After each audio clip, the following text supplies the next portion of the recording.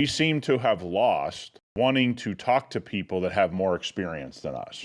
Yeah, because they're locked and loaded, bro. They're ready to go with their argument. And by the way, this is happening on, car podcasts, or, if you're into Business. lawn care, if you're into business, if you're into whatever, everybody thinks like, I got the perfect answer. I'm just going to go buy a $27,000 Maverick and that makes Slate stupid. And it's like, guys, that's not the conversation. For the same price as a Maverick, it's a tough sell. You get 2 less doors, no radio, no paint. You think that's the conversation because everyone, and I talked to a bunch of dealers this week and people that I respect at those dealers who are decision makers, they weren't talking about Slate the way everyone else was. They're like, hey, we're starting to hear rumblings that maybe we'll get some more cheap Mavericks on our lot, that maybe the Colorado will start to build some cheaper options.